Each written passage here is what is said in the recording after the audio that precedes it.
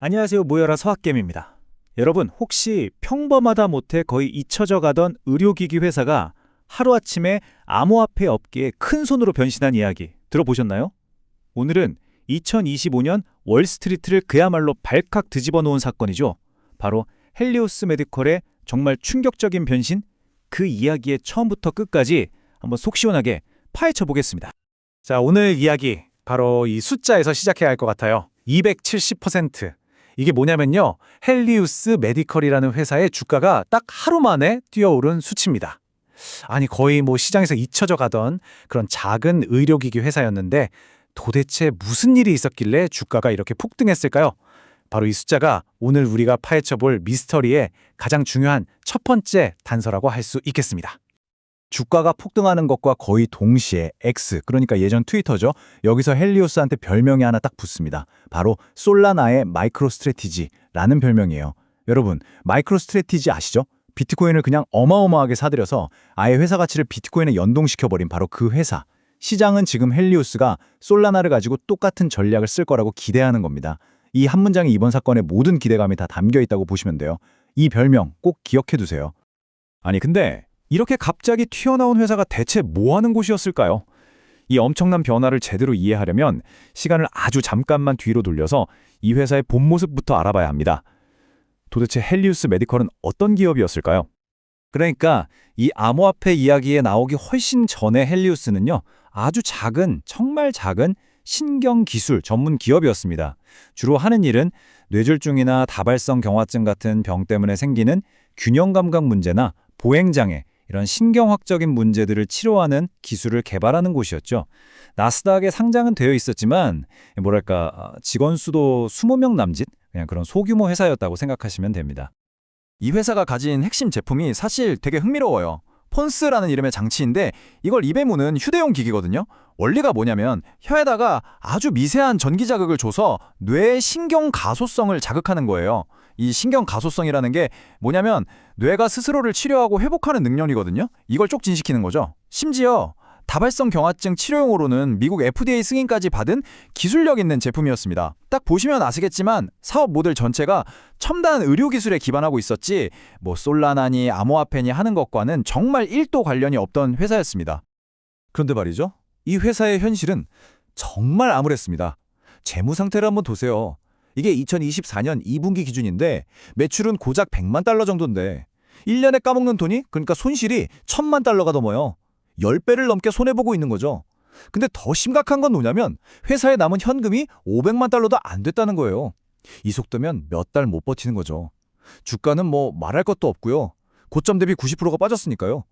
정말이지 회사가 망하기 직전 그야말로 생존의 기로에 서 있었다고 밖에는 설명이 안 되는 상황이었습니다. 자, 이렇게 벼랑 끝에 몰린 상황에서 헬리우스는 정말 그 누구도 단 한 명도 예상하지 못했던 아주 급진적인 카드를 꺼내듭니다. 바로 전략의 대전환을 선언한 거죠. 이 모든 일들이 정말 믿기지 않을 정도로 빠르게 진행됐어요.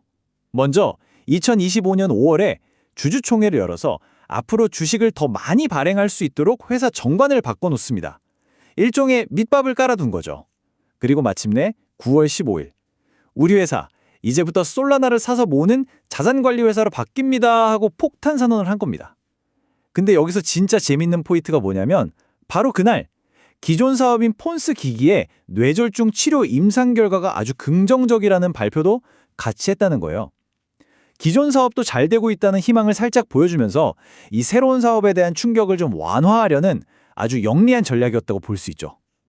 그럼 이 역사적인 거래 구조가 어떻게 되는지 한번 뜯어볼까요? 첫째, 이 투자를 누가 이끌었냐? 바로 암호화폐 벤처 캐피탈 업계의 거물 판테라 캐피탈이었습니다. 둘째, 그래서 돈을 얼마나 모았냐? 파이프라는 방식을 통해서 무려 5억 달러, 우리 돈으로 6천억 원이 넘는 어마어마한 돈을 조달했죠. 마지막으로 셋째, 이 돈을 어디에 쓸 거냐? 용도가 아주 명확했습니다. 바로 암호화폐 솔라나, SOL을 사서 회사 금고에 차곡차곡 쌓아두겠다는 거였죠.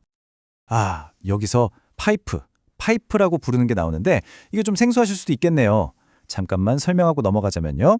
Private Investment in Public Equity. 그러니까 이미 주식시장에 상장된 회사가 불특정 다수가 아니라 딱 정해진 소수의 전문 투자자들한테 우리 주식 좀 사주세요 하면서 돈을 빠르게 끌어오는 방식이에요. 일반적인 유상증자처럼 절차가 복잡하고 오래 걸리는 게 아니라 훨씬 빠르고 간단하거든요.